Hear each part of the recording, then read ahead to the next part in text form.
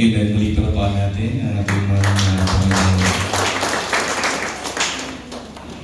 Magandang umaga po sa ating lahat, sa ating pastor, sa mga manggagawa, sa mga kapatid ni Kristo, higit sa lahat sa ating mahal na Panginoon. Tayo nadako sa susunod na bahagi ng ating gawain na kung saan bilang mga Kristiyano, dapat tayo ay marunong magbasa ng mga Biblia at mag-aral at mag-aliwan sa mga salita ng Diyos. Alam ko yung last chapter na ating napag-aralan. Chapter 14 ng Romans. No? At ngayong umaga, kapag tatapusin na natin, isasara na natin yung libro ng Romans. At ang pag-aaralan natin is Romans chapter 15 and Romans chapter 16. Buksan natin yung ating mga Biblia. So Romans chapter 15. No? Tapos babasahin lang natin kapatid, pag-aaralan lang natin kung ano yung applicable. Kasi meron dyan na bibigay lang ng edification si Paul sa mga iba't ibang mga tao sa mga taga-Roma. No? I-skip na natin yung mga yon. And titignan natin yung theological significance ng pagsasara o pagko-close ng sulat ni Pablo sa mga taga-Romano. Kung titignan natin kapatid ang Book of Romans o yung libro na isinulat ni Pablo sa mga taga-Roma, may kita mo dito kapatid na para siyang preaching style. Kapag sinabing preaching style, meron tayong topic, which is what? The Gospel of Christ, ang Ebanghelyo ni Kristo. At doon sa topic na yun kapatid, parang pinreach ni Pablo kung paano yung detalye ng pagliligtas ng Panginoon, pagliligtas ng Diyos sa ating buhay. No, nalaman natin sa Romans chapter 1 hanggang sa Romans chapter 3 na ang tao sa kanyang natural na estado ay patay, na ang tao sa kanyang natural na estado ay hindi kalugod-lugod sa harapan ng Diyos, na ang tao ay hindi matuwid sa harapan ng Diyos, at walang matuwid na tao, wala kahit isa. Yun ang foundation ng gospel. At kung walang matuwid na tao, wala kahit isa, ibig bang sabihin nun, walang maliligtas sa atin? Yes. Ibig sabihin nun, walang maliligtas sa atin. Kasi walang matuwid sa atin, wala kahit isa. Ang problema, kung walang matuwid na tao, wala kahit isa, walang tao ang makakapunta sa langit at magiging matuwid sa harapan ng Diyos, at lahat tayo ay papunta sa impyerno. Yun ang problema. Yun ang bad news. Pero, merong good news. That is the meaning of gospel, which is the good news. Ano yung good news? Kung ikaw na isang makasalanan ay naibigay kay Kristo, si Kristo ang tumupad ng mga bagay na hindi mo magawa. Hindi mo masunod ng perpekto ang kautusan ng Diyos. Si Kristo ang tumupad ng perpekto sa kautusan ng Diyos. No? Si Kristo ang tumupad ng mga hindi natin kayang tuparin. No? At the same time, ang tao sa kanyang natural na estado din ay pasaway. Kahit ikaw ay magiging matuwid sa harapan ng Diyos, ikaw pa rin ay magiging pasaway sapagkat likas sa atin na tayo ay magkasala. No? So anong ginawa ng ating mahal na Panginoong Jesucristo? Ang ginawa niya, binayaran niya ang ating kasalanan sa krus ng Kalbaryo, at the same time, tayo ay naging matuwid sa kanyang harapan dahil siya sa kanyang pagkatao, bagamat siya ay Diyos, siya ay nagkatawang tao, siya ay lumakad dito sa mundong ito na kahit isang kasalanan, wala siyang ginawa. Upang ang katuwiran ng Diyos ay matupad sa pamamagitan ng Panginoong Jesucristo. At paano daw natin makukuha itong katuwiran na ito? Sa pamamagitan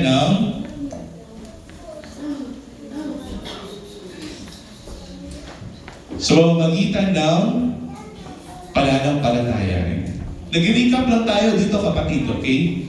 Lalo na sa mga matagal na, paano natin makukuha ang katuwiran ng Diyos sa pamamagitan ng pananampalataya sa ating mahal na Panginoon Jesucristo.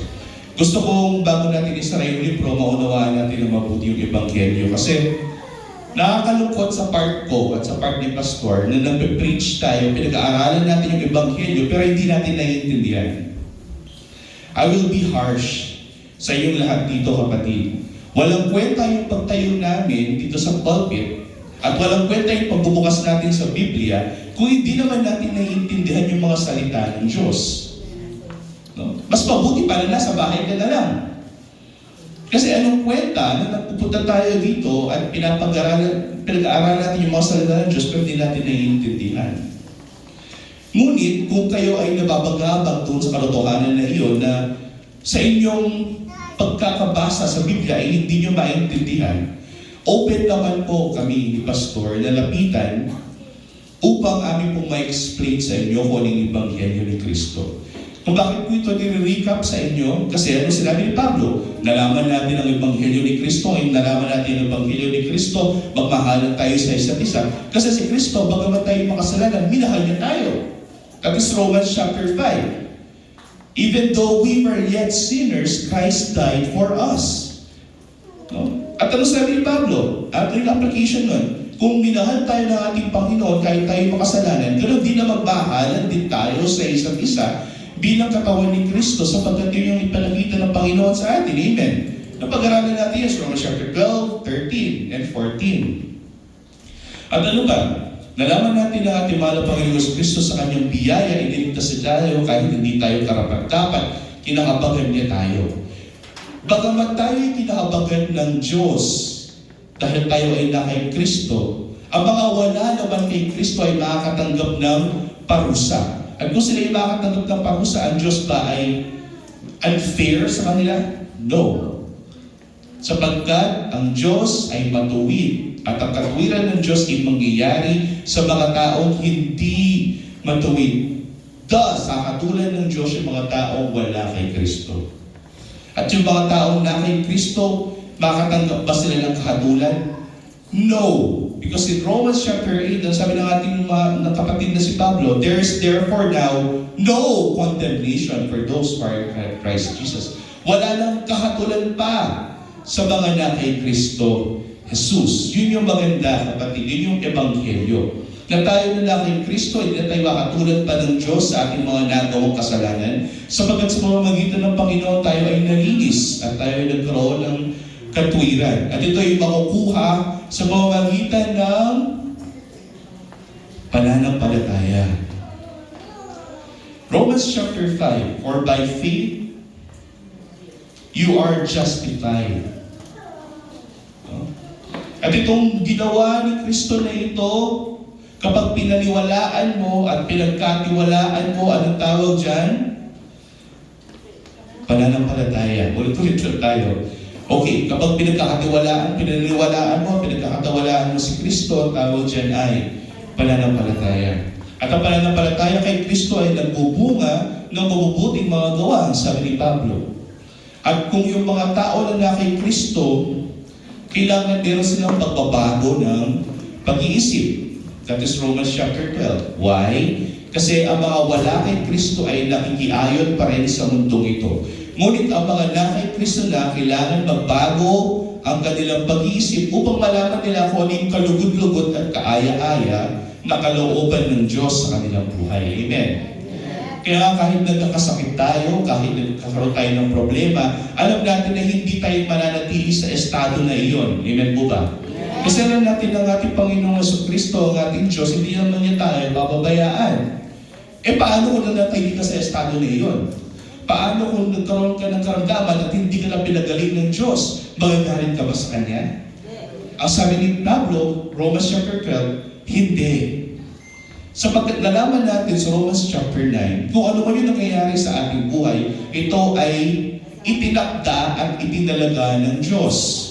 Kaya sa Romans chapter 8, ano sinabi ni Pablo, kung ano man yung nangyayari sa buhay ng isang Kristiyano, ito ay para sa kanyang ikakabuti, sapagkat minamahal natin ang Diyos. At ang Diyos, una niya tayong minahal.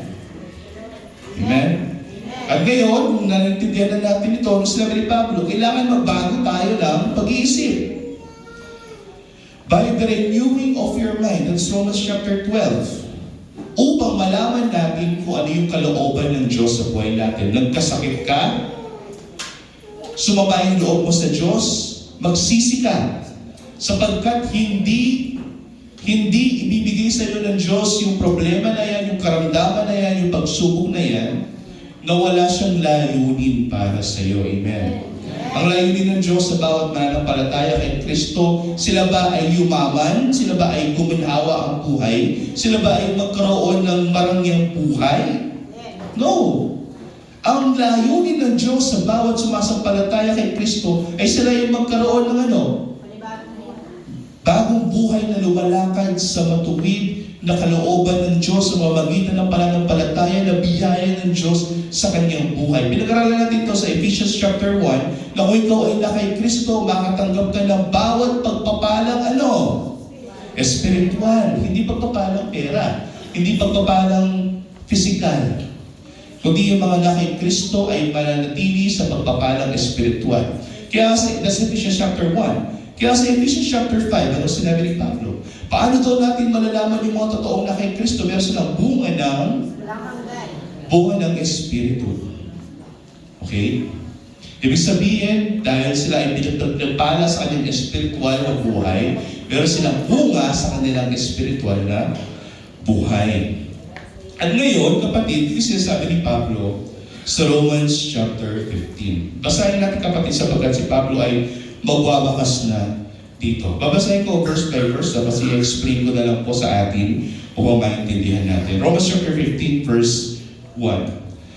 Kaya tayo malalakas ay nararapat magtiis sa kahinaan ng mahihina at hindi upang magbigay lugod sa ating mga sarili. Ang sinasabi dito ni Pablo, kapatid, na mas isipin natin ang kapakanan ng ibang tao. Kung tayo ay matagal na sa pananampalataya, mas maging considerate tayo, mas maging open-minded tayo sa mga kapatid natin na may hina pa sa pananampalataya. At tayo din naman kapatid ay maging welcoming sa mga tao na nangangailangan ng tulong at sa mga tao na nangangailangan ng Ebanghelyo ni Kristo. Kaya sabihin tayo mga malalakas ay nararapat na magtiis para sa mga mahihina. Tulungan daw natin yung mga mahihina at huwag natin isipin yung ating mga sarili, kundi mas isipin natin yung ibang tao. Verse 2. Bawat isa sa atin ay magbigay lugod sa kanyang kapwa para sa kanyang kabutihan tungo sa ikatitibay niya. Kasi sabi dito ni Pablo na dapat mas unahin natin yung mga tao kaysa sa ating sarili. Mas unahin natin yung mga nangangailangan kaysa sa ating sarili. Kaya makikita mo, marami sa mga Kristiyano ay mapagbigay. Marami sa mga Kristiyano ay tumutulong sa kanilang mga kapwa. Sapagkat ang utos ng Panginoon, kung mahal natin siya, mahalin din natin ang ating mga kapwa-tao. Kahit unbeliever man sila or believers, mas sigit pa nga sa mga believers, ang sabi ni Pablo. Mga kapatid natin ni Kristo, mas mahalin natin sila. Bakit? Sapagkat si Kristo man, sa verse 3, sapagkat si Kristo man ay hindi nagbigay lugod sa kanyang sarili, kundi gaya ng nasusulat, ang mga pag-alipusta ng mga umaalipusta sa iyo ay nahulog sa atin. Ang ibig sabihin ni Pablo rito, si Kristo nga, hindi niya itinuring ang kanyang pagka-Diyos na isang bagay na kanyang panghawakan. Sapagkat mas inisip niya tayo kaysa sa kanyang sarili. At ganoon din tayo mga Kristiyano, kailangan mas isipin din natin yung iba kaysa sa ating sarili. Ano yung konsepto na iyan sa Biblia na mas iniisip natin yung ibang tao kaysa sa ating sarili? Ang tawag dyan ay pagpapakumbaba, or in English is humility. Sa mundo na maraming mga tao ang nais maging Diyos, sa mundo na maraming mga ebangelista ang sinasabi na sila ang anak ng Diyos, maraming mga ebangelista ang sinasabing sila ang tulay patungo sa Diyos, maraming ebangelista ang kumukuha sa titulo ng ating mahal na Panginoong Jesucristo sapagkat nais ng mga ebangelista na nito na maging katulad sila ng Diyos. Sa mundo na mga tao ay nais maging Diyos, dapat ang mga tunay na mga Kristiyano ay yung mga taong nais manatiling alipin sa tunay na Diyos. Bakit? Tingnan natin, sa mundo na maraming taong nais maging Diyos, mayroong isang Diyos na nais maging tao.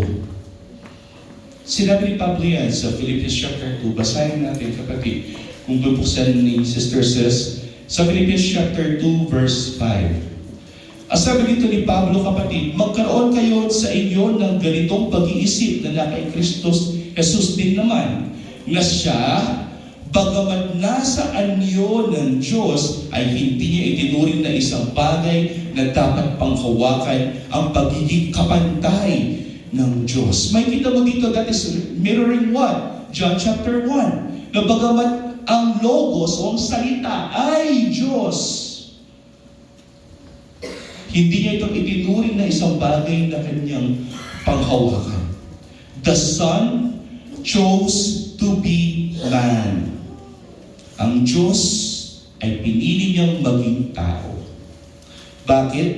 Kasi ang pangako at ang pakikipagtipan ng tao sa Diyos ay kailangan magampanan ng tao.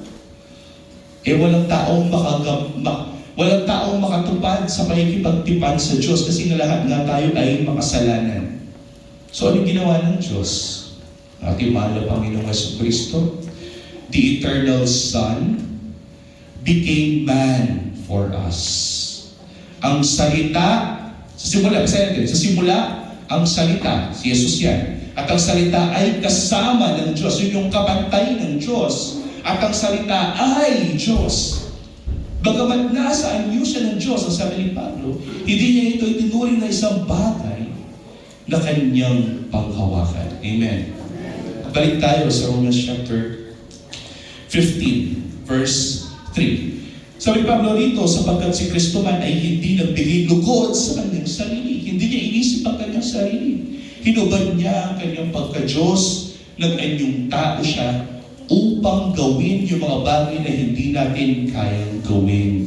Ginawa ito ng Panginoon kasi mas inisip niya tayo kaysa sa kanyang sarili. Kung nagawa ng Panginoon niya na mas inisip niya ang iba kaysa sa kanyang sarili, dapat bilang mga Kristiyano, ganun din yung gawin natin. Mas isipin natin yung iba kaysa sa ating sarili. Amen po ba? 4. Sapagkat ang anumang mga bagay ay isinulat noong una, ay isinulat upang tayo ay matuto. At yung sinasabi ko, may dahilan kung bakit nasulat yung mga bagay na ito. Upang sa lahat ng mga nakay Kristo Jesus, sila ay manatiling nais matuto sa pamamagitan ng mga salita ng Panginoon. Upang sa pamamagitan ng pagtsatsaga at pagpapasigla ng mga kasulatan ay magkaroon tayo ng pag-asa. Nalaman natin yung katotohanan ni Kristo, nalaman natin yung ginawa ni Kristo para sa atin sa pamamagitan ng kanyang mga salita. Amen. Kung walang Biblia, walang salita ng Diyos, hindi natin malalaman ang katotohanan. Pero ngayon, sabi ni Pablo, ipagkaloob nawa ng Diyos ng pagtitiis at kaaliwan na kayo ay magkaisa ng pag-iisip sa isa't isa ayon kay Kristo Jesus. Ang sinasabi ni Pablo rito, ngayong nalalaman natin pare-pareho na narito kung ano yung ebanghelyo ni Kristo. Kaya sabi ko, may mahalaga na naiintindihan natin yung ebanghelyo ni Kristo. Kasi kung di natin naiintindihan yung ebanghelyo ng Panginoon, hindi tayo magkakaroon ng pagkakaisa. Hindi ba tayo magkakaroon ng one mind, one spirit, and one worship? That is worshiping in one accord. Kung hindi natin naiintindihan yung ebanghelyo ni Kristo. Kaya sabi ni Pablo, kaya nga dito, ako'y nagtitiis din, sabi ni Pablo, na bagamat mahirap gawin ito, ay ginagawa ko upang magkaroon tayo ng pag-iisa sa pag-iisip ayon sa ating Panginoong Jesucristo. Says, upang kayo na may isang pag-iisip sa pamamagitan ng isang bibig, ay luwalhatiin ninyo ang Diyos at Ama ng ating Panginoong Jesucristo. As sinasabi nito ni Pablo, kapatid, ngayon naiintindihan natin ang ebanghelyo, magkaroon tayo ng iisang goal, iisang purpose, iisang layunin na kay Kristo Jesus. Ano yung layunin natin? luwalhatiin natin ang Diyos na siyang nagligtas sa bawat isa sa atin. Remember the five solas? Sola Scriptura. By Scriptures alone, doon natin makukuha ang ating katotohanan. Sola Fide, by faith alone, sa pamamagitan ng pananampalataya, doon tayo iniligtas ng Diyos. Solus Christus, sa pananampalataya kanino? Sa ating mahal na Panginoong Jesucristo lamang, hindi kay Maria, hindi sa mga santo, kundi kay Kristo lamang ang pananampalataya. Ano pa?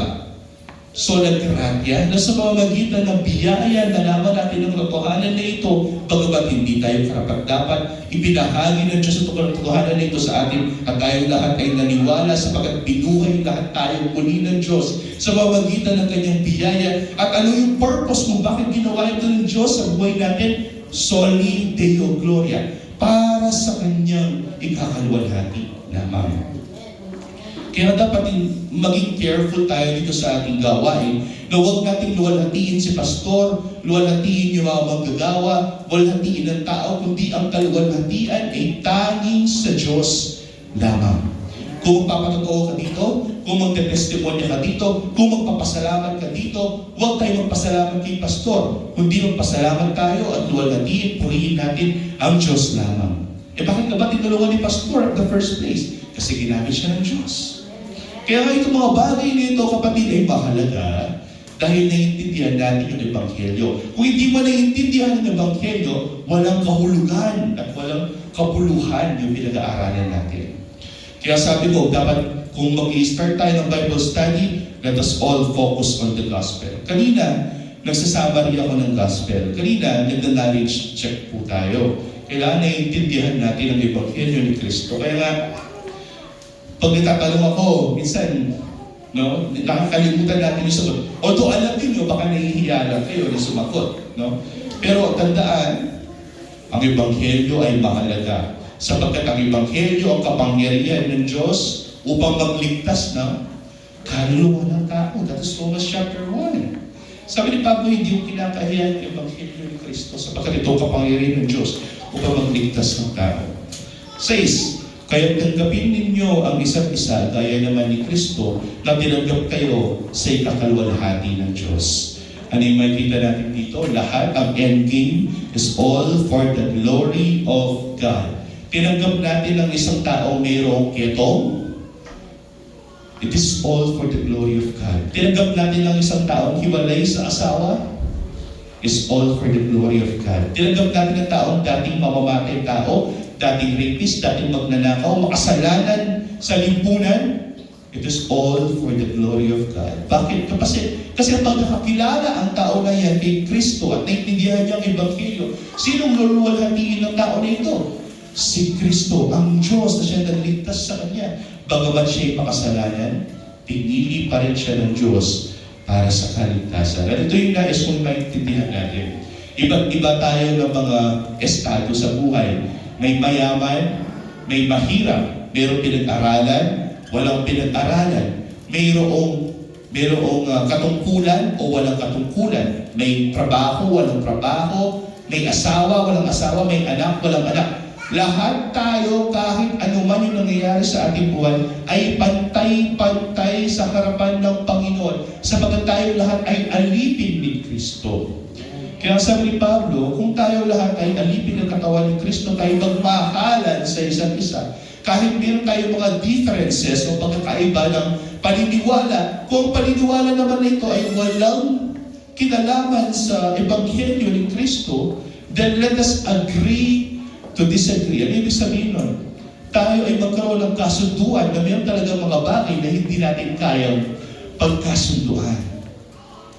Like for instance, si Sister Max, mas gusto niya na lagi siya nakapalda kahit nasa bahay. Kahit nagsiswimming siya, nakapalda siya. Okay lang kung yun yung gusto niya.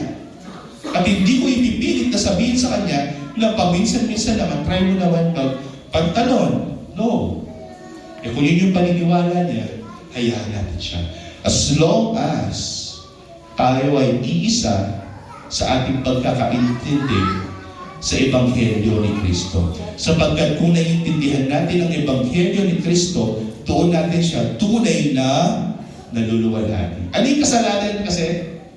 Ang kasalanan, bagamat alam ng tao na mayroong Diyos, hindi niya ito Romans chapter 3, 2 and 3. Alam ng tao na mayroong Diyos, pero hindi niya ito niluwalhati. Bagamat alam niya na may Diyos, hindi niya niluwalhati. Kaya nga, ano yung sinabi ni Pablo? Ano yung kasalanan? That is falling short of the glory of God. Kapag hindi mo naluluwalhati ang Diyos sa buhay mo, ikaw ay nagkakasala.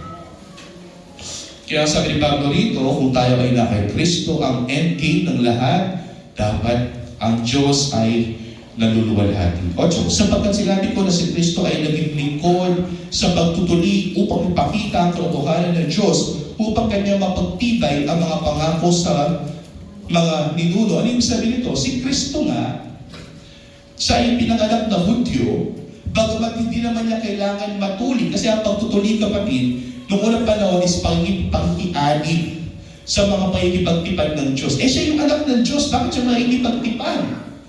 Pero dahil siya ay tao, siya ay nagpatuli alang-alang na masunod niya lahat ang batas ng Diyos. Yung mga di natin kayang sundin, sinunod niya para sa atin.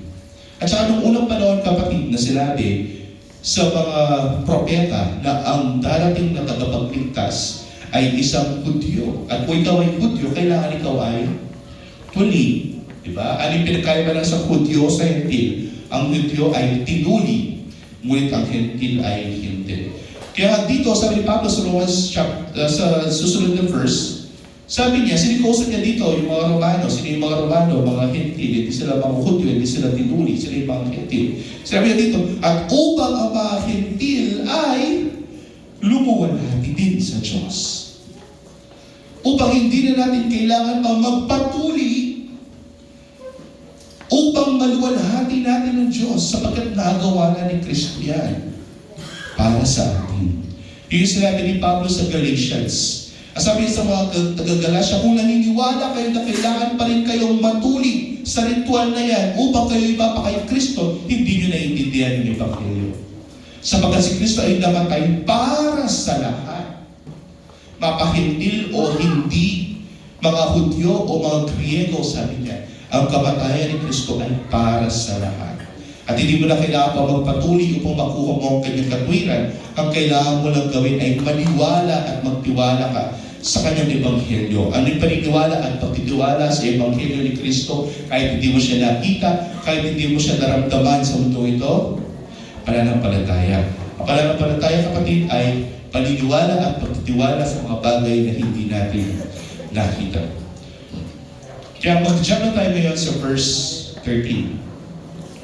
Ano yung padalangin ni Pablo para sa lahat ng mga anak kay Kristo Jesus?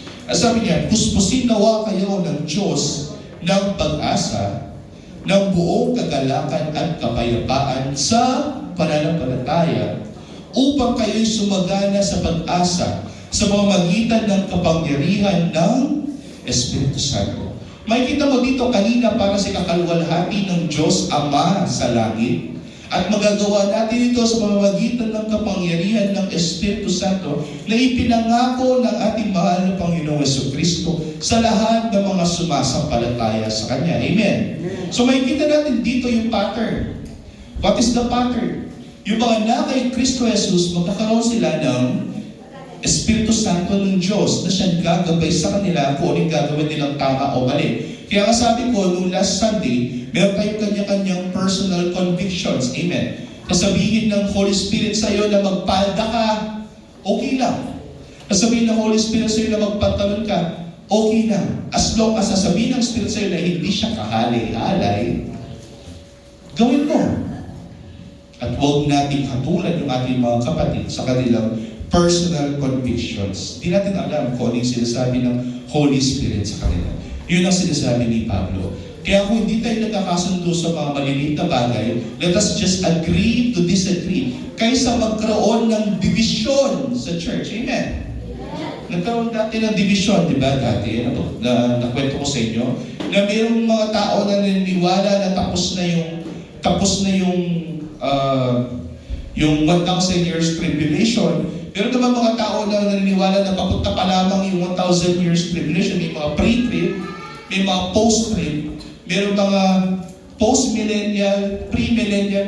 Yung mga bagay na yan, kapatid, ay may kinalaman sa end of the world or tinatawag natin eschatology. Kung meron tayong iba't ibang paniniwala dyan, at wala namang kinalaman sa Ebanghelyo, let us just agree to disagree. Pero again, the essence of the faith is that our Lord Jesus Christ is the one who saved us. He became man for us. At kung naintindihan natin ito, then magkakaisa tayo sa pag-iisip para luwalhatiin ang Ama at ang Panginoong Jesucristo at ang Espiritu Santo. May kita mo dyan, kapatid, sinabi ni Pablo, luwalhatiin ng Diyos, Ama, ng ating mahal na Panginoong Jesucristo at ang Espiritu Santo na siyang gumagabay sa atin. The Father, the Son, and the Holy Spirit. 14. At ako naman sa aking sarili ay naniniwalang lubos, sabi ni Pablo, tungkol sa inyo, mga kapatid ko, na kayo man ay punong-puno ng kabutihan, pinuspos ng lahat ng kaalaman na may kakayahan magturo sa isa't isa. Kasi sabi ni Pablo rito na yung mga hentil, which is yung mga Romano, ay may mga pinag-aralang tao. Mayroong mga katungkulan sa buhay, mayroon silang mga pera. In fact, sasabihin ni Pablo rito na nagpapasalamat siya na ang mga Romano ay walang tigil na tumutulong financially sa mga nasa Jerusalem. Na yung mga hintil na mga mayayaman na kanilang kariyarihan ay ibinibigay nila sa mga Hudyo sa Jerusalem upang sila ay mabuhay. Kasi noong unang panahon, ang mga Hudyo, kapatid, ng panahon nito ay mga pinapatay. Pinapatay sila ng mga gobyernong Romano. Kaya yung mga Romano, pag may makikita sila mga Christian communities, nagbibigay sila ng pera. Kamukha ng mga nasa Pilipos, which is mga Philippians, at kamukha din ng mga Corinthians, ng mga nagtaga-Corinto. 15. Ngunit sa ibang bahagi ay sinulatan ko kayong may katapangan bilang pagpapaalala sa inyo dahil sa biyayang sa akin ay ibinigay ng Diyos upang ako'y maging ministro ni Kristo Jesus sa mga hentil na naglilingkod sa banal na gawain ng Ebanghelyo ng Diyos upang pagkahandog ang mga hentil ay maging kalugod-lugod yamang ito'y ginawang banal ng Espiritu Santo. Sabi Pablo rito na wala ng Hudyo o hentil sa harapan ng Diyos, kundi tayo lahat ay pantay-pantay sapagkat ang ginagawa natin ay nilinis na ng Diyos sa pamamagitan ng kanyang banal na Espiritu. Tayo ay babalik ng panahon ni Nicodemo. Kasi sabi natin, mahal na Panginoon Kristo kay Nicodemus, paano natin makikita ang kaharian ni Kristo? Kung tayo ay babautismuhan sa pamamagitan ng tubig at ng Espiritu. Anong tubig? Paglilinis. At anong Espiritu? Pagpupuspos sa atin. At ngayon, kung tayo ay na kay Kristo Jesus, kahit anong lahi ka pa, hentil ka man o Hudyo, makasalanan o sumusunod sa mga batas ng Diyos, ano yung sinabi ni Pablo? Tayong lahat ay pantay-pantay na sapagkat tayong lahat ay nilinis na sa pamamagitan ng tubig, sa pamamagitan ng dugo ni Kristo, at tayo ay binigyan ng Espiritu Santo ng Diyos sapagkat ito'y pangako sa lahat ng mga nakay Kristo Jesus. Kaya sabi dito, ang paghahandog ng mga hentil ay magiging kalugod-lugod na sa Diyos. Kahit sila yung mga hentil, sila yung magiging kalugod-lugod na sa Diyos. Bakit? Yamang ito'y ginawang banal ng mismong Espiritu Santo. Kaya nga nagagawa natin yung mga ganito pagtitipon kahit tayo yung mga hentil. Again, ladies and gentlemen, tayo lahat ay mga hentil. Tayo lahat ay mga idinugtong lamang sa ating Panginoon. Kaya nga sabi ng dating kapatid na si Pablo sa Romans chapter 10, huwag tayo magmalaki sa ating mga kapatid na mga Hudyo. Yung mga Hudyo nga, pinutol kay Kristo. Tayo pa kaya na idinugtong lamang. Kaya sabi ni Pablo dito, tayong lahat na mga dinugtong kay Kristo, tayong lahat ay magmahalan, tayong lahat ay magtulungan sa isa't isa. Kay Kristo Jesus, kung magkagayon, ay mayroon akong dahilan upang ipagmalaki ang tungkol sa aking gawain para sa Diyos. Sabi ni Pablo nito, the moment na tayo ay magmamalaki lang sa ating mga sarili, ay sa pagmamalaki natin sa mga ginawa natin para kay Kristo, sapagkat si Kristo ang gumagawa nito para sa atin. If I will boast, sabi ni Pablo, kung ako'y magmamalaki ako sa aking Panginoon. Sapagkat hindi ako manghahas magsalita ng anumang bagay maliban sa mga ginawa ni Kristo sa pamamagitan ko upang sumunod ang mga hentil sa salita at sa gawa. Kasi sabi ni Pablo rito, kapatid, kaya na naman niya nagawa yung mga ginagawa niya para sa mga Hentil, yung serbisyo niya para sa mga taong wala sa mga kapangyarihan at tipan ng Diyos, ay dahil sumusunod siya sa mga gusto ng Panginoon. Kung siya magmamalaki man, magmamalaki siya sa kanyang mga titrabaho para mas lalong dumaming mga tao ang maniwala at magtitiwala sa Diyos dahil siya ay ginamit ni Kristo upang ipalaganap ang Ebanghelyo. At kung tayo ay magmamalaki tayo na tayo ay ginamit din ng Panginoon upang ipalaganap ang Ebanghelyo. At tayo kita natin ito, kaya kayo narito. I'm pretty much sure dahil naniniwala kayo sa Ebanghelyo ni Kristo. Amen. Naniniwala kayo na kayo niligtas ni Kristo. Amen. At nararapat lamang na kaya tayo lahat ay narito dahil nais natin ibalik kay Kristo kung ano yung nararapat para sa Kanya, yung nararapat para sa Panginoon, papuri, pagsamba, pagluluwalhati sa Kanyang dakilang pangalan. 19. Sa kapangyarihan ng mga tanda at mga kababalaghan sa kapangyarihan ng Espiritu ng Diyos, kaya buhat sa Jerusalem at sa palipot-lipot hanggang sa Illyricum ay aking ipinangaral na lubos ang Ebanghelyo ni Kristo. Sinasabi nito ni Pablo na siya gumawa ng mga tanda, signs and wonders. Kung ano yung ginawa ni Kristo, bumuhay siya ng patay. Amen. Katulad ng ginawa ni Kristo, nakapagpagaling siya ng mga may sakit. Amen. Pero ginawa niya ito upang ipakita sa mga unbelievers na siya ay tunay na galing kay Kristo. Na siya ay tunay na galing sa Diyos. This is not absolute. Kasi makikita mo, nung tumanda na si Pablo at nakukulong na siya, wala na yung kapangyarihan na yun na nakakapagpagaling siya. Yung sarili nga niya, hindi niya mapagaling eh. Kahit si Timothy, hindi niya mapagaling sa sakit na siya. Sumasakit lang yung siya ni Timothy, hindi niya mapagaling. Nawala yung mga signs and wonders. Kasi the moment na mayroong signs and wonders, that is what? Showing na siya ay galing kay Kristo. Pero kung siya ay napatunayan na ng apostol, napatunayan na siya ay galing kay Kristo, nag-cease yung mga signs and wonders. Kaya sabi niya, sa kapangyarihan ng mga tanda, that's the signs and wonders, at mga kababalaghan, sa kapangyarihan ng Espiritu Santo na siyang dahilan kung bakit nagagawa niyo mga yan, buhat sa mga Jerusalem at palipot-lipot sa mga Hentil, nagawa niya ito upang ipangaral ng lubos ang Ebanghelyo ni Kristo. Upang makita ng mga tao, paano namin malalaman na siya ay galing sa Diyos? Sapagkat siya ay gumagawa ng mga tanda at ng mga kababalaghan. Kamukha mo sinabi ni Nicodemus kay Jesus, paano kung nalalaman na ikaw ay guro na galing sa Diyos? Sapagkat walang guro ang nakakagawa ng mga tanda at kababalaghan na ginagawa mo, sabi ni Nicodemus. Signs and wonders noong unang panahon is to validate kung totoong apostol nga sila ni Kristo. Pero eventually, nag-cease yung mga gifts na yan. No? Kahit kasakit ng tiyan, hindi na mapagaling. Sabi nga ni Pablo kay Timothy, sabi niya, siguro uminom ka na lang ng alak. Kasi yung alak may alcohol. At yung alcohol, kung papasok siya sa tiyan, papatayin niya kung naman yung bacteria na nasa tiyan niya. Kasi hindi na niya kayang pagalingin pa. 20. Kaya ginawa kong mithiin na may pangaral ng Ebanghelyo doon, sabi ni Pablo, sana ipakilala na si Kristo upang hindi ako makapagtayo sa ibabaw ng pinagsaligan ng iba. Sabi ni Pablo ito, mas pinili daw niya na ipalaganap ang Ebanghelyo sa mga Hentil, sa mga hindi sumasampalataya sa Diyos, upang ang mga Hudyo ay manatili kay Pedro. Si Peter kasi kapatid, ang siyang nag-evangelize sa mga Jews noong unang panahon. Siya ay nag-establish ng church para sa mga Hudyo. Although meron din mga Hentil na pupunta doon sa iglesia na itinayo ni Pedro, mas maraming mga Hentil yung na-convert dahil sa mga ginawang ministry ni Paul. Kaya siya ang tinatawag nating apostol for the Gentiles. 21. Kung gaya ng nasusulat silang hindi nabalitaan tungkol sa Kanya, ay makakakita at silang hindi nakarinig ay makaunawa. Sabi ni Pablo dito, ako ay magpapagal sapagkat naiintindihan ko na kahit sino ay pwedeng iligtas ni Kristo kahit ng mga Hentil pa.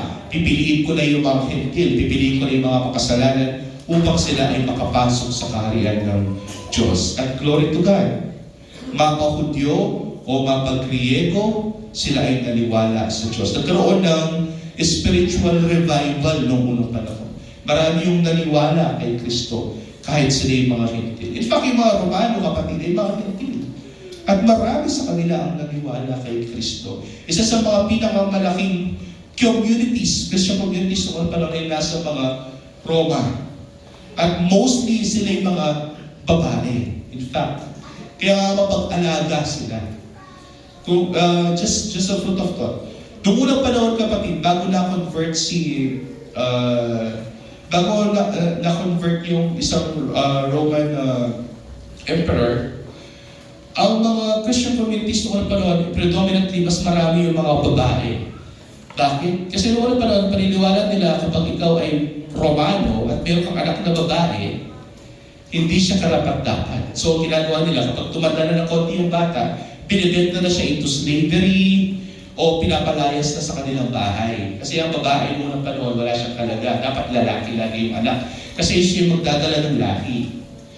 So, yung mga kinakas out ng mga Romans, parang tinatanggap sa komunidad nila yung mga Kristiyano. Kaya lumaki yung Christian community noong unang panahon, predominantly yung mga babae.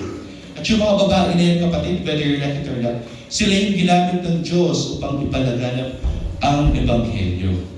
Kaya hindi lang po lalaki ang naglalakad. Kailangan kasama din ang mga babae. Sila ay mayroong puso na nagpapalaganap ng Ebanghelyo ni Kristo. 30. Ngayon, sinasamo ko sa inyo mga kapatid, alang-alang sa ating Panginoong Jesucristo at sa pag-ibig ng Espiritu, na kayo'y magsikap na kasama ko sa inyong mga panalangin sa Diyos para sa akin, upang ako'y mailigtas sa mga hindi sumasampalataya na nasa Judea at upang ang aking pamamahagi sa Jerusalem ay maging kalugod-lugod sa mga banal. Sapagkat si Pablo rito kapatid ay pabalik na sa Judea. At sabi ni Pablo sa mga taga-Roma, panalangin ninyo ako kapatid, ako'y pag-ingatan ng Diyos. Bakit? Kasi the moment na babalik si Pablo sa Judea, siya ay magiging fugitive, ikukulong siya. No, kasi bakit? Dati siyang Pariseo. Ano ginawa niya? Nakianib siya sa mga kaaway ng mga Pariseo. Ngayon siya ay isang fugitive. No, kailangan nakukulong siya. Kaya sabi niya, mga kapatid sa mga taga-Roma, panalangin ninyo ako. Kaya nga hindi siya napanalangin dito, 32, upang sa mga magitan ng kalooban ng Diyos ako'y makarating sa inyo na may kagalakan at makapagpahingang kasama ninyo. Ngayon ang Diyos na kapayapaan ay suminyo namang lahat. Amen. Ang sinasabi nito ni Pablo, kapag nais niya pumunta sa Roma, pero hindi siya makapunta sa Roma dahil hindi siya pwedeng tumaan sa Judea. Pero kung pupunta man siya sa taga-Roma, gusto niya talaga pumunta sa mga taga-Roma. Pero nangyari kapatid, hindi siya nakarating. Kasi marami sa mga panahon ni Pablo siya ay nakakulong. At marami sa mga panahon ni Pablo siya ay pinapersecute gaya ng ginawa ng mundo sa ating Panginoon. Nagtusa si Pablo sa ngalan ni Kristo. At dito ako magtatapos kapatid. So Romans chapter 16, verse 17 na. Kasi Romans chapter 16, 1 to 16, more on the mga tao na nasa Roma. So pupunta tayo dito sa closing ni Pablo sa Romans chapter 16, verse 17. Ngayon, isinasamo ko sa inyo, mga kapatid, sabi niya, tatandaan ninyo ang mga lumikha ng pagkakabahabahagi at ng mga katitisuran na laban sa mga aral sa inyong natutunan, lumayo kayo sa kanila. Ang sinasabi dito ni Pablo, kapatid, kung hindi pinipreach ng pastor mo sa iglesia ang ebanghelyo ni Kristo, lumayo kayo sa kanila. Kung puro na lamang kababalaghan, kung puro na lamang signs and tanda at signs and wonders yung pinipreach sa pulpit, hindi nila pinipreach yung ebanghelyo ni Kristo, lumayo kayo sa kanila, sabi ni Pablo. Sapagkat ang mga bagay na yan ay magdudulot ng katitisuran at pagkabahabahagi. Ano kasi yung, again, what is the reason kung bakit nauna si Pablo sa gospel ni Kristo? Upang ang ebanghelyo ni Kristo ang maging dahilan upang tayo magkakaroon ng pagkakaisa at pag-iibigan sa isa't isa. At kung hindi ang Ebanghelyo ni Kristo ang dahilan kung bakit tayo nag-iibigan sa isa't isa, tayo ay magkakaroon ng pagkakabaka-bahagi. Kasi konting bagay lang, pag-aawayan natin. We will not be gracious to one another. Hindi tayo magiging mabiyaya sa ating mga kapatid. Hindi tayo magiging considerate sa ating mga kapatid. Mas iisipin natin na mas nakataas tayo sa ating mga kapatid. Di ba? Kasi wala tayo, yung Ebanghelyo ni Kristo ay wala sa puso natin.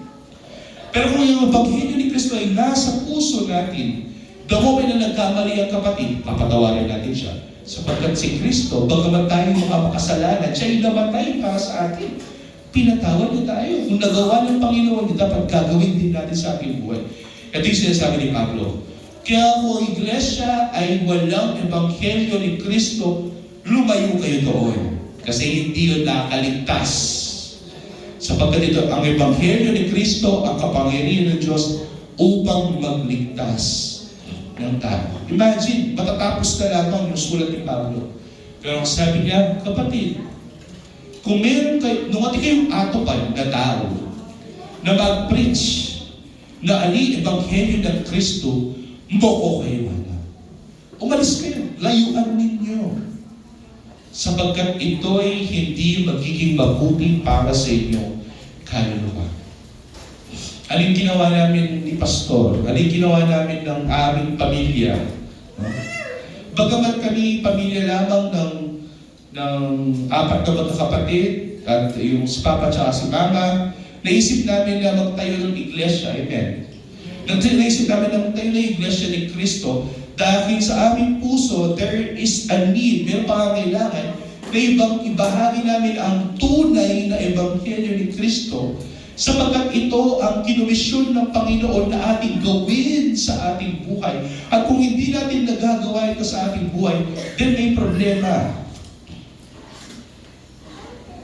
Nag-ambagan tayo, nagkaroon tayo ng kanya-kanyang mga tinoka na mga gawain sa iglesia ng Panginoon. Why? Kasi meron tayong one desire. Ano yung desire natin? Na may tayo ang iglesia ni Kristo, magpalaganap ang tunay ng Ebanghelyo ni Kristo sa mga kapatid na maintindihan nila ito at hindi sila mapariwara sa kanilang buhay. At ito rin yung sinabi ni Pablo rito, kapatid. Ang sinabi ni Pablo rito, kailangan naiintindihan natin ang Ebanghelyo sa ito magkakaroon sa atin, magagawa sa atin ng kapangyarihan upang tayo magkaroon ng pagkakaisa at pag-iibigan sa isa't isa. Kalimutan natin yung maliliit na bagay at tayo ay mag-ibigan, maging mabiyaya tayo sa isa't isa. Let's forgive one another. Let's move on for the glory of God. Para sa ikakalwalhati ng Diyos. Hindi natin ito ginagawa para sa ating sarili. I just remembered, no? Last night, habang napaponder ako sa mga nangyayari. Sabi ko sa sarili ko, minsan sabi ko, ako, nagiging, mas iniisip ko yung aking sarili. Minsan napapagod ako, minsan feeling ko, hindi ko, parang walang bunga yung mga ginagawa natin. Para bagang yung mga kapatiran, pag titignan nila ako sabi mo pag nandito ako sa pulpit at mapapatingin ako sa inyo, feeling ko kaya kayo nang nakatingin sa akin kasi nagpapanggap lang kayo na naiintindihan ninyo, baka ganun yung nangyayari. Nadi-discourage din ako, kapatid. Pero I just remind myself na minsan nakakalimutan ko pala na kaya ko pala ginagawa ito hindi para sa aking sarili. Na matanggap ninyo ako na magaling ako, na matanggap ninyo ako na isa akong assistant pastor, na matanggap ninyo ako kung sino man ako. Kundi matanggap ninyo ang Panginoon at ang kanyang Ebanghelyo sa inyong buhay. Kasi nais lang namin dito, in behalf of my family, in behalf of your family in Christ, is for your soul to be saved. Na inyong kaluluwa ay maligtas sa pamamagitan ng Ebanghelyo ni Kristo. Kaya kung nagsasawa kayo sa Ebanghelyo ni Kristo, then mag-isip kayo. Kasi ang Ebanghelyo ni Kristo nagpapatatag sa atin. Ang Ebanghelyo ni Kristo nagbibigay sa atin ng pananampalataya. Kailangan nga every Sunday, yun ang naririnig natin. Mag-aliwan tayo sa Ebanghelyo ni Kristo. Kasi yun yung nagpapabigay sa atin ng pag-asa, sabi nga ni Pablo. Kaya sabi niya, kung mayroong mga tao na nagpipreach ng ibang ebanghelyo, lumayo kayo sa kanila, sabi ni Pablo 18. Sapagkat ang mga gayon ay hindi naglilingkod kay Kristo na Panginoon natin, kundi sa kanilang sariling tiyan. Sino ba yan? Yung mga pastor na alam na mo, akwada na ng tithes and offering you. Alam na mo, akwada na ng pera you, gamitan na kayo, kalitang burida. Paglukuan na kayo, sa tinglagye, dahil kaya kayo, makalulus lang. Yung mga iba nga kapatid, atilarong sakit yung anak na, kaya ba sabi na rin, pastor, bring isa kang galing yung anak mo. Dagdagan ng bibiyan mo. Nung dati mamaya nga doon, dahil gawin nga doon 1,000. Kasi sabi ko yung Biblia, nung ginawa mo 10 times full, pagbalik kaya ka 100 times. Pagalingan na ka ng ginawa na, igawa na rin tao, diyan ka na yung pera, nagawa na, marutang niya, mamaya na doon 1,000. Bakit? Kasi paliwala na, nung gawa nito, galing yung rin anak na, linuwarin yung pingaring enaburi na galing yung anak na, amen. Waling milyari, yan yung tegaling yung ginawa. Magbalik kayo yan, yung pastor. Pastor, sabi mo, lumamye kami. Biyeda ni ginulo na ni buri na ni puso ni. Eh, buri na ni puso ni, galing yung karapi. At yung mali ka rin, pastor. Ala na mali, ang pumakan yan. Nasigara ni pastor, paano mo namin mali? Kulang ka, pananampalataya, ano ka dito. Bandang talbi, ika lang may loko, ika pang may kasalanan. Lumayo tayo sa mga taong yan. Lumayo tayo sa mga lobo na nagpapanggap ng mga tupa ng Diyos. Kaya sabi ni Pablo, kailangan humanap tayo ng iglesia na puro ebanghelyo ni Kristo. At hindi healing, at hindi wealth and success yung pinipreach, kundi kung anong ginawa ni Kristo para sa atin. That is the message of the gospel of Christ. No? Kaya makikita natin dito, kapatid, yung mga nagpipreach ng ibang ebanghelyo, hindi sila naglilingkod kay Kristo, kundi naglilingkod sila sa kanilang sariling tiyan. At sa pamamagitan ng kanilang mahusay na pananalita, magaling na magsalita eh. Akwada ka talaga ng salita doon. Bisayo sa tingabi, dagdagan nyo na rin bibiyayo. Kasi sinabi na ng Biblia, nung dagdagan yung bibiyayo, ibalag na ng Gino. Nung magkano man yung binyayo, yung may kayong 1,000, magbalik yung 10,000, eh yung burita. O na anong mangyari? Ulit mas masaya magsalita, maniwala na kami. Kaya sabi ni Pablo, mahusay sila magsalita. Maratabi sa kanilang talumpati. Ngunit dinadaya nila ang puso ng mga tao. 19. Ang inyong pagsunod ay naging bantog sa lahat ng mga tao, kaya nagagalak ako tungkol sa inyo.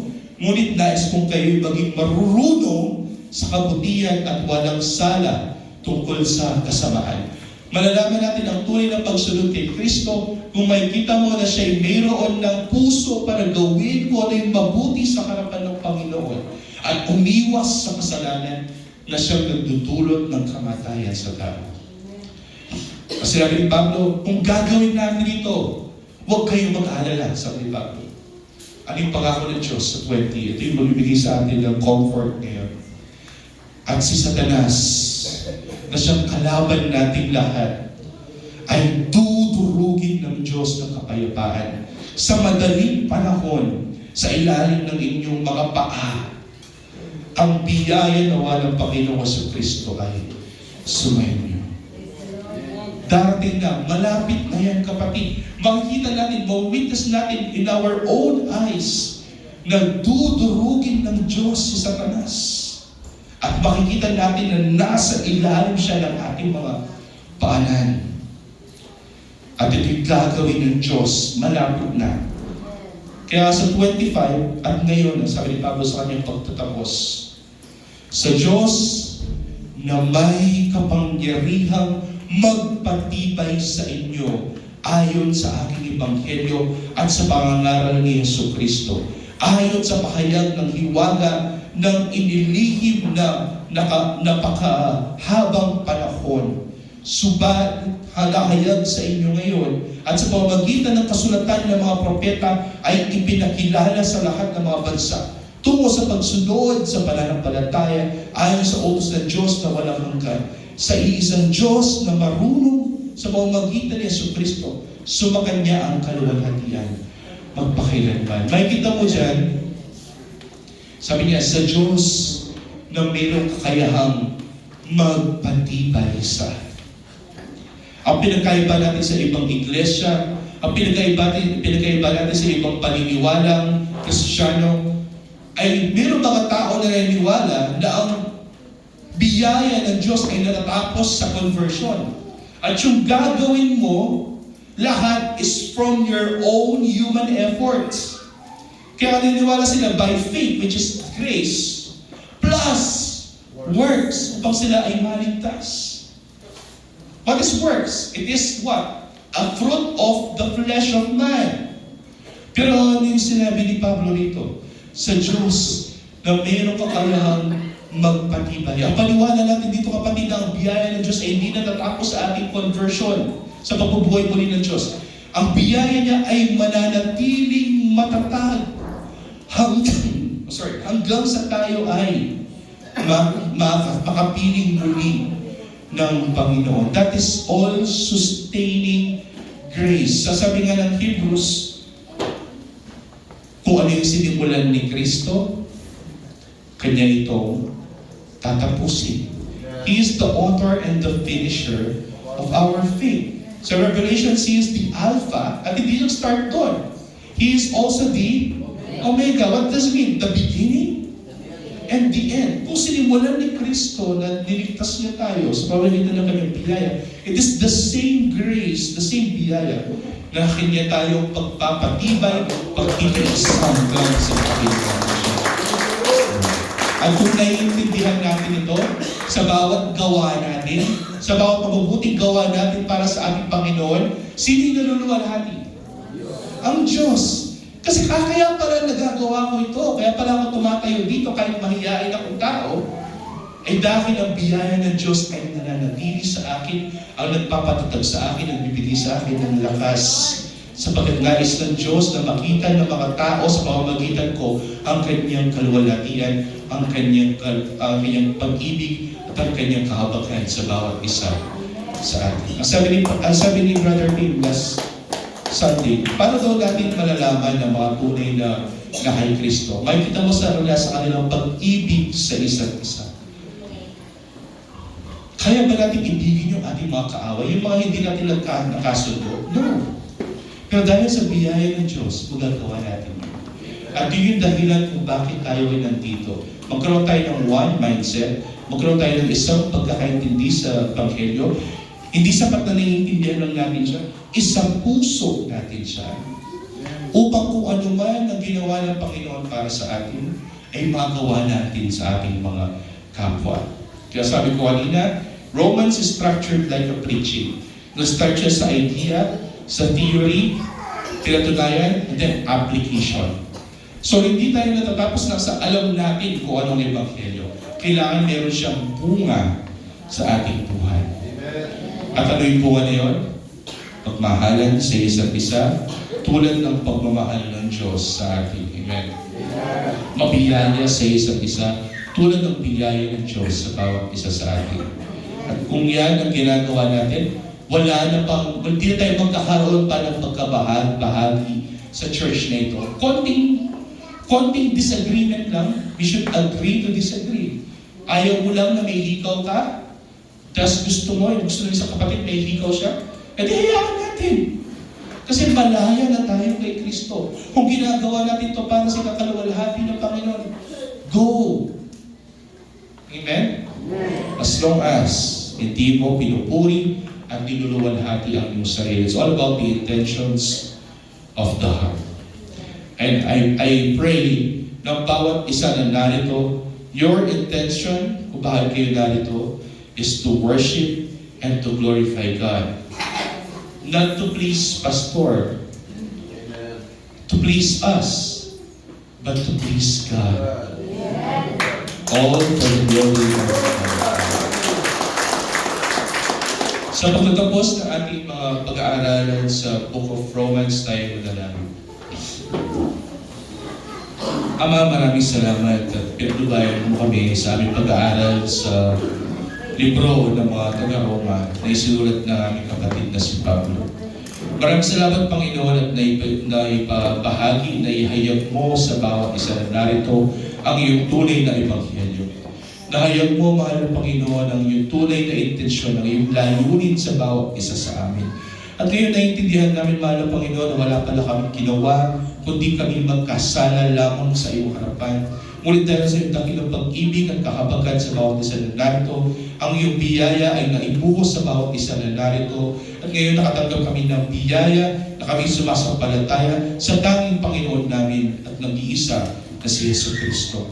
Maraming salamat, Panginoon, sa katuwiran ng dakil sa aming mahal na Panginoong Jesucristo. Maraming salamat sa kapatawaran ng aming mga kasalanan o tinatawag namin redemption dahil sa dugo ng aming mahal na Panginoong Jesucristo. At maraming salamat na lahat ng ito ay ginawa mo para sa amin. Ang iyong pagpipili, ang iyong pagre-redeem, at ang iyong pagpapatibay, lahat ginawa mo para sa amin.